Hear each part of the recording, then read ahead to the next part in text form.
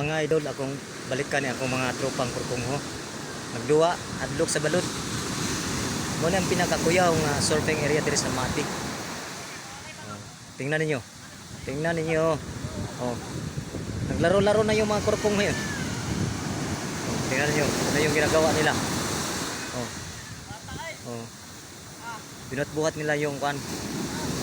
Oh, yan talaga ang lakas ng wave ng dagat. Oh, tingnan mo. Oh. Tingnan nyo mga idol. Oh, yun. Mga kurkungo yun.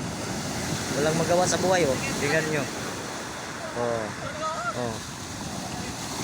May plano sila na ibinta daw yung nakita nilang kahoy.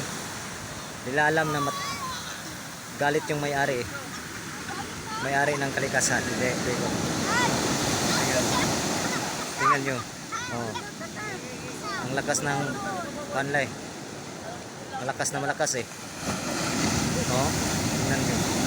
Yun ang alon. Oh. Oh. Tingnan ninyo.